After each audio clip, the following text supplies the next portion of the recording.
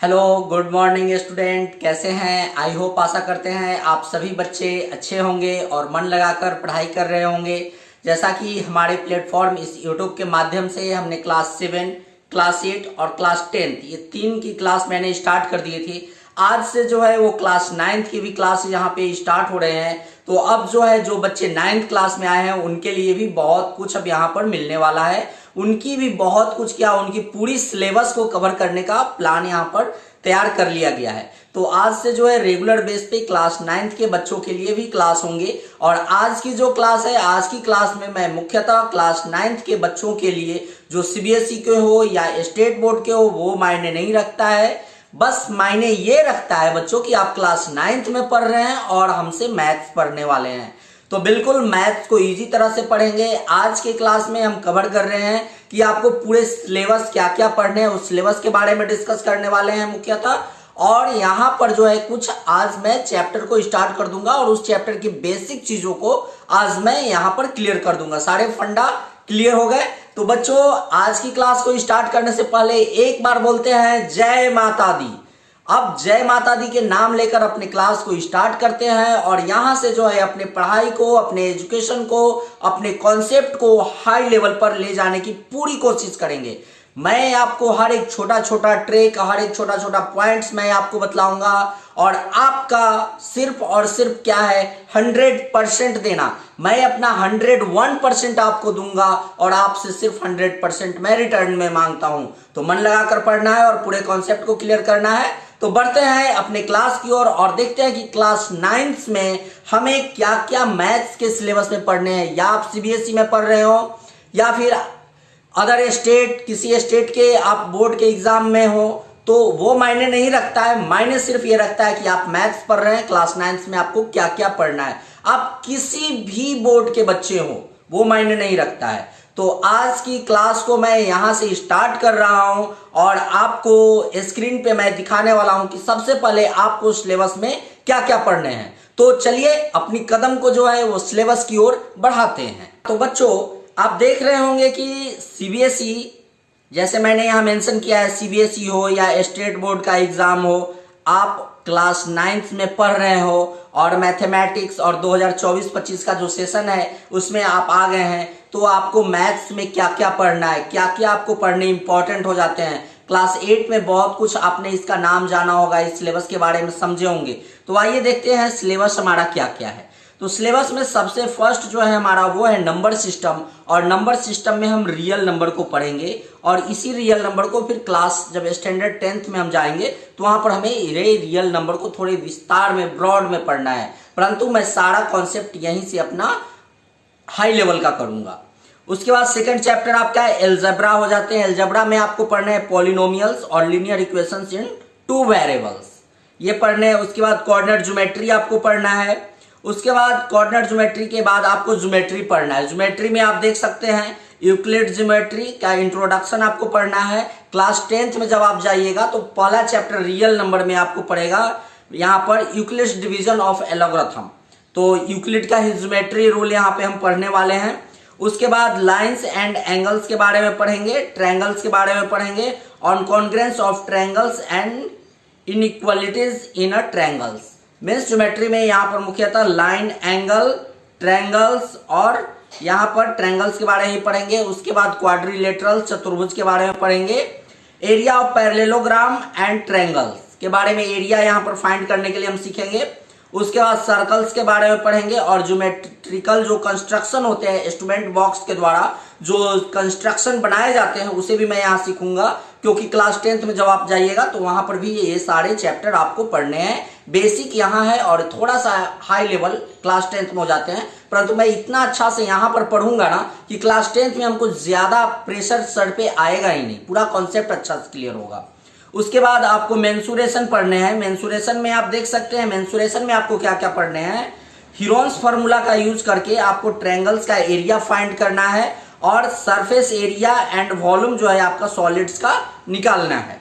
उसके बाद statics and probability पढ़ना है, जो कि आपको क्लास 10th में पढ़ना है। तो स्टैटिक्स में आपको देख लीजिए क्या क्या पढ़ना है।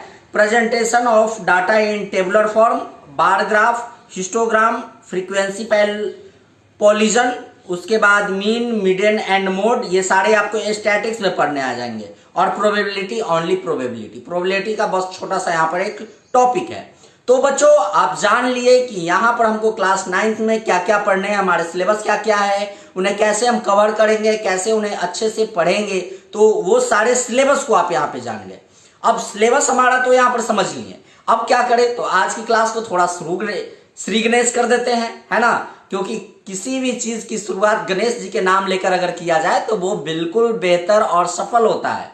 तो वैसे ही हम अपने क्लास की शुरुआत जो है श्री गणेश जी का नाम लेकर शुरू करते हैं और अपना चैप्टर जो है नंबर सिस्टम में रियल नंबर से अपने क्लास को स्टार्ट करते हैं। तो आइए देखते हैं स्क्रीन पे हमें क्या क्या पढ़ना है, टॉपिक्स क्या क्या है, आइए देखते हैं। आप देख सकते हैं यहाँ पर सिलेबस मैंने डिस्कस पूरा कर लिया है।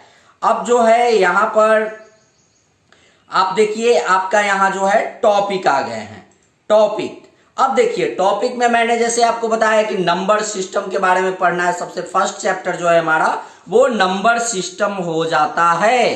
तो नंबर सिस्टम का कुछ बेसिक तो हम जान ले, आज की क्लास में कम से कम बेसिक तो समझ लें। नेक्स्ट क्लास होंगे वहां से थोड़े थोड़े थोड़े थोड़े स्पीड में आएंगे और फिर जो है अपना इंडिया का जो वंदे भारत ट्रेन है उसकी तरफ फास्ट हो जाएंगे। आइए देखिए नेचुरल नंबर, नेचुरल नंबर को हम पढ़ते हैं। तो आप लोग जानते हैं क्लास 7th 8th सब में पढ़ते हैं कि काउंटिंग नंबर जो भी हैं उनको हम लोग नेचुरल नंबर बोलते हैं। इन्हें n से डिनोट किया जाता है, जैसे काउंटिंग नंबर 1 2 3 4 5 6 7 8 9 इनफिनाइट तक, जहां तक आप काउंट कर सकते हैं वो सारे नंबर जो है वो नेचुरल नंबर है। अगर नेचुरल नंबर में अगर जीरो को ऐड कर दिया जाए, नेचुरल नंबर्स में जीरो को ऐड कर दिया जाए तो वो क्या होते हैं, वो होल नंबर बन जाते हैं। तो 0 से 1 2 3 4 5 जो भी नंबर स्टार्ट होंगे वो होल नंबर होते हैं, इन्हें W से डिनोट किया जाता है। समझ गए। अगला जो है इंटीजर्स के बारे में पढ़ना है। इंटीजर्स तो मैंने प्रीवियस क्लासों में भी बतला चुका हूं कि नेचुरल नंबर, जीरो और निगेटिव नेचुरल नंबर, ये तीनों के कॉम्बिनेशन से जो नंबर बनते हैं उन्हें इंटीजर्स कहते हैं। इन्हें जेड से डिनोट किया जाता है। जैसे आप देख सकते हैं कि इनफिनाइट तक इस साइड भी माइनस में इनफिनाइट तक जीरो से यहां स्टार्ट होते हैं, -1 -2 -3 -4 -5 -6 -7 माइनस इनफिनाइट तक चलेंगे। और जीरो के इस साइड 1 2 3 4 5 6 7 8 9 ये भी इनफिनाइट तक चलेंगे। तो इस प्रकार के जो नंबर होते हैं उन्हें हम लोग बोलते हैं integers. Means all natural number, zero और निगेटिव नेचुरल नंबर को जब हम एक साइड बकेट में रखते हैं तो वो हमारा क्या हो जाता है, इंटीजर्स हो जाते हैं। तो कभी कभी आपसे क्वेश्चन पूछा जा सकता है कि इंटीजर्स जो है पॉजिटिव भी होते हैं, निगेटिव भी होते हैं और जीरो भी हैं, है ना, ये आप समझ गए।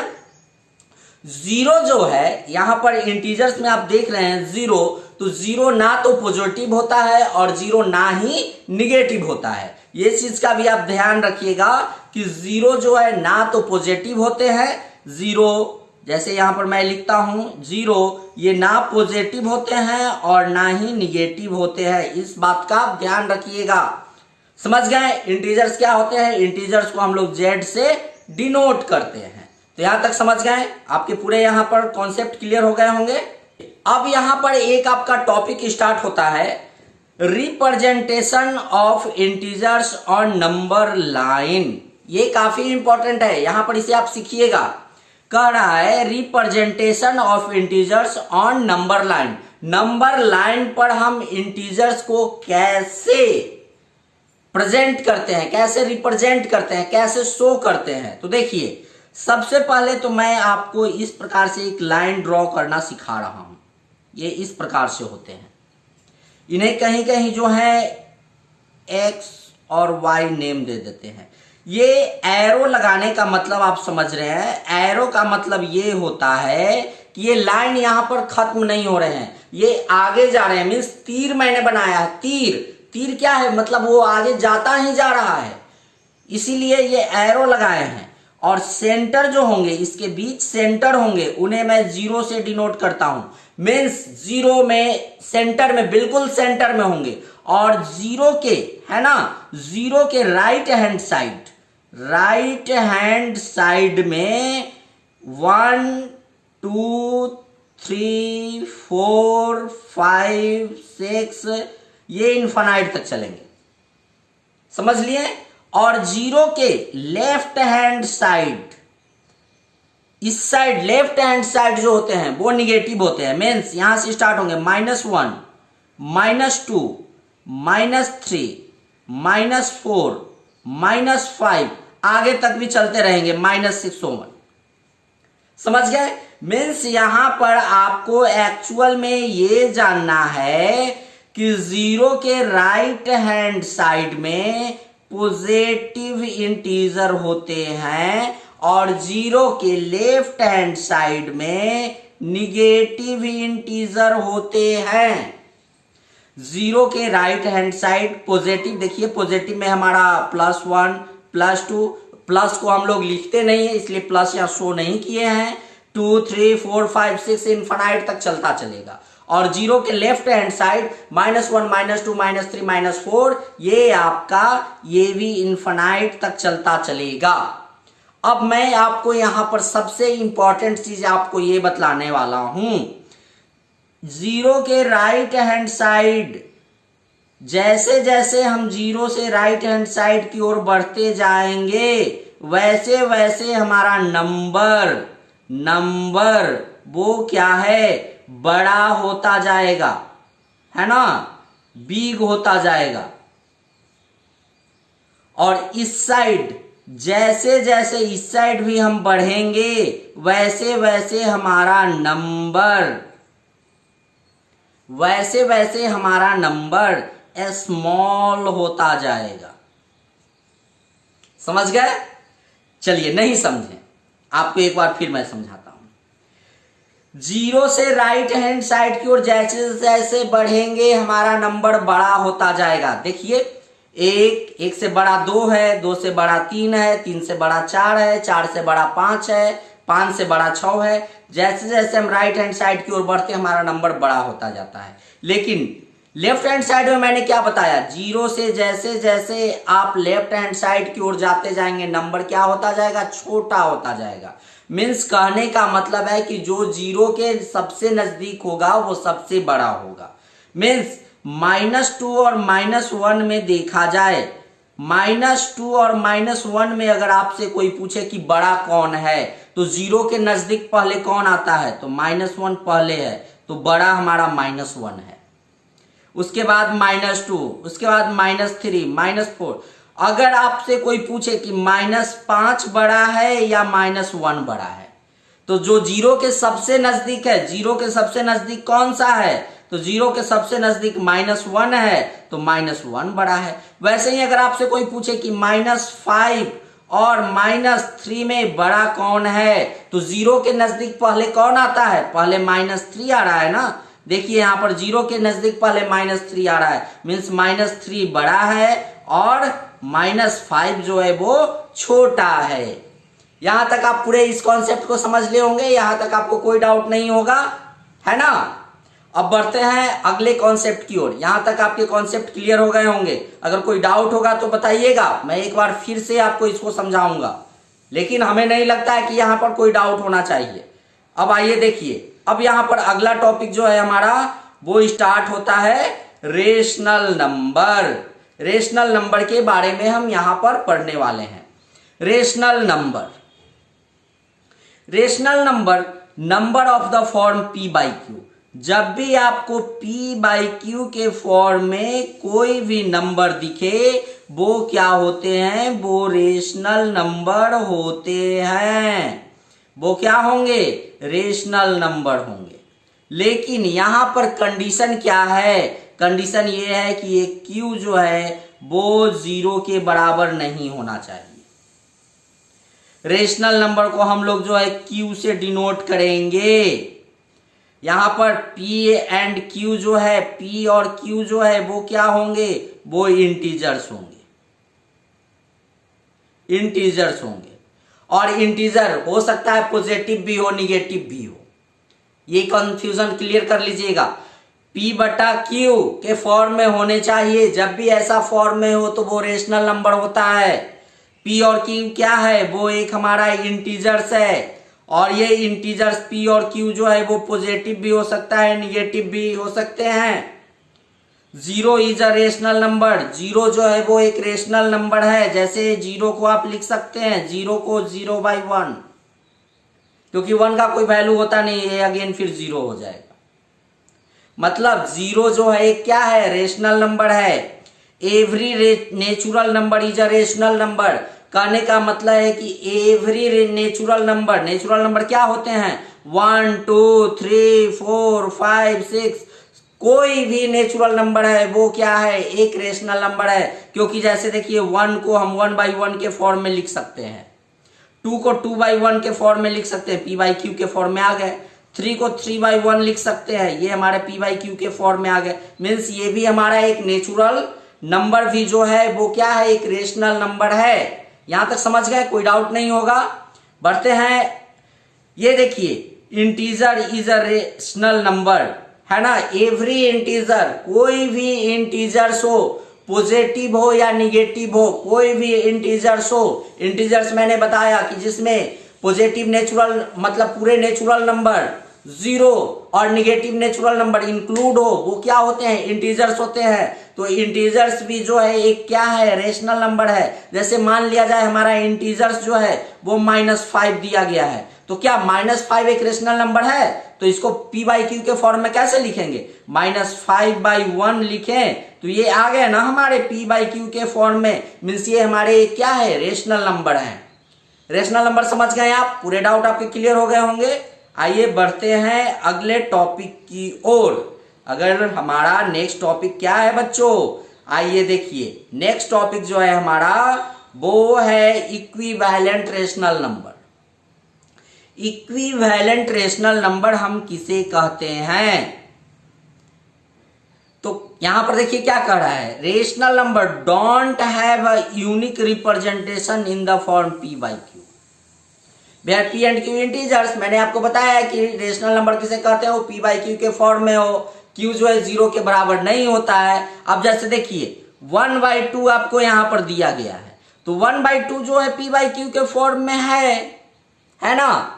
तो ये क्या है, एक इक्विवेलेंट रेशनल नंबर इसको इसलिए कहेंगे। जैसे देखिए 1/2 equals to 2/4 equals to 3/6 equals to 4/8। जब इन सारे को सॉल्व आप कीजिएगा तो इन्हें देखिए 2 से 2, 3 से 2 और 4 से 2, मीन्स 1/2 1/2 1/2 और 1/2, सारा 1/2। मतलब ऐसे जो भी नंबर दिए गए वो इक्विवेलेंट रेशनल नंबर है, इक्वल रेशनल नंबर है। तो समझ गए कि इक्विवेलेंट रेशनल नंबर हम किसे कहते हैं। यहां तक आपका पूरा डाउट क्लियर हो गया होगा, कोई डाउट नहीं होगा, बिल्कुल क्लियर है। आइए बढ़ते हैं अपने नेक्स्ट पॉइंट की ओर। नेक्स्ट पॉइंट है हमारा, ये हमारा नेक्स्ट और आज के क्लास का ये आखिरी पॉइंट ही होगा, क्योंकि नेक्स्ट क्लास से जो है मैं आपके पूरे सिलेबस को थोड़ा सा स्पीड में लूंगा। थोड़ा क्लास का जो टाइमिंग है वो 30 मिनट्स 40 मिनट्स रखने वाला हूं। अब जैसे देखिए simplest form of a rational number, simplest form. जैसे देखिए a rational number p/q is said to be a simplest form, means p/q के फॉर्म में हो, p and q integers having no common factor other than 1, means कोई common factor ना हो, q equals not equals to 0 होना चाहिए, means 2/4 दिया गया है। तो इसको जब 2 से 1/2 के फॉर्म में लिखेंगे तो ये हमारा हो गया सिंपलेस्ट। अब जैसे देखिए दोनों में कोई कॉमन फैक्टर नहीं है, ओनली 1 के अलावा। तो ऐसे जब भी हम रेशनल नंबर देखते हैं तो इसे हम लोग कहते हैं सिंपलेस्ट फॉर्म। ये सिंपलेस्ट फॉर्म में है। जैसे मान लिया जाए कि 5/10 दिया गया है, नोमिनेटर डिनोमिनेटर डिवाइड होके वैसा आपको बनाना है कि नोमिनेटर और डिनोमिनेटर में कोई भी कॉमन फैक्टर ना हो। कॉमन फैक्टर अगर हो भी तो ओनली 1 हो, कोई अदर नहीं होना चाहिए। देखिए यहां पर होंगे 5 से 10 कट होंगे 2 टाइम्स में, तो क्या आ गए 1/2 p/q के फॉर्म में। अब दोनों में देखिए कोई कॉमन फैक्टर है नहीं है बच्चों, और ओनली है 1, तो 1 से हमें कोई लेना है नहीं, क्योंकि मैंने यहां पर बताया कि no common factor other than 1, और ये p/q के फॉर्म में आ गए। तो ऐसे जब भी रहेंगे तो इन्हें हम लोग क्या बोलते हैं, सिंपलेस्ट रेशनल नंबर।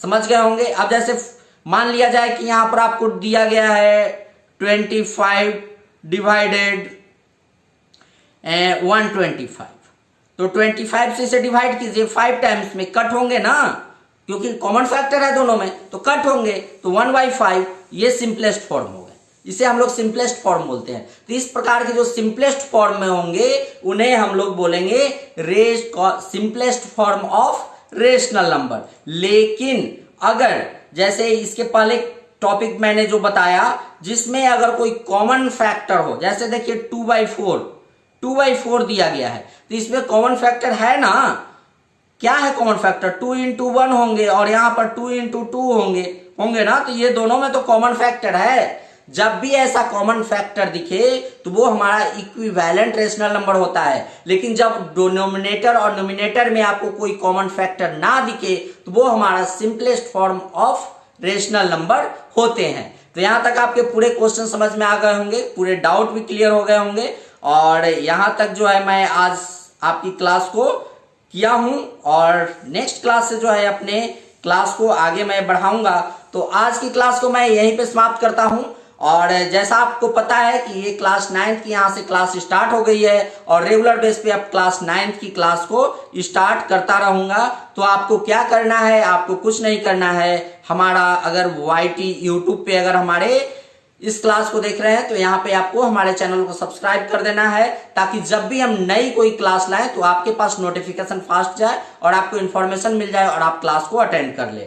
या फिर अगर फेसबुक या कहीं किसी और प्लेटफॉर्म पे भी अगर आप इस वीडियो को देख रहे हैं, वॉच कर रहे हैं, तो वहां पर आप फॉलो कर लीजिए, ताकि आपको रेगुलर अपडेट के लिए, ये नहीं कि मेरे साथ मैं आपको प्रमोशन या ऐसा कर रहा हूं, ओनली अपडेट के लिए आपको हमारे चैनल को सब्सक्राइब कर लेना है, फॉलो कर लेना है और हमारे साथ जुड़ जाना है, और पूरे मन लगाकर लगन से अपने पढ़ाई को कंसंट्रेट करके पढ़ेंगे, अच्छे से अच्छे कॉन्सेप्ट सीखेंगे, ताकि आपका बिल्कुल सारा कॉन्सेप्ट जो है क्लियर हो जाए। तो चलिए आज की क्लास को यहीं पर समाप्त करते हैं बच्चों, मिलते हैं नेक्स्ट क्लास में, तब तक के लिए आप मन लगाकर पढ़िए। धन्यवाद, जय हिंद।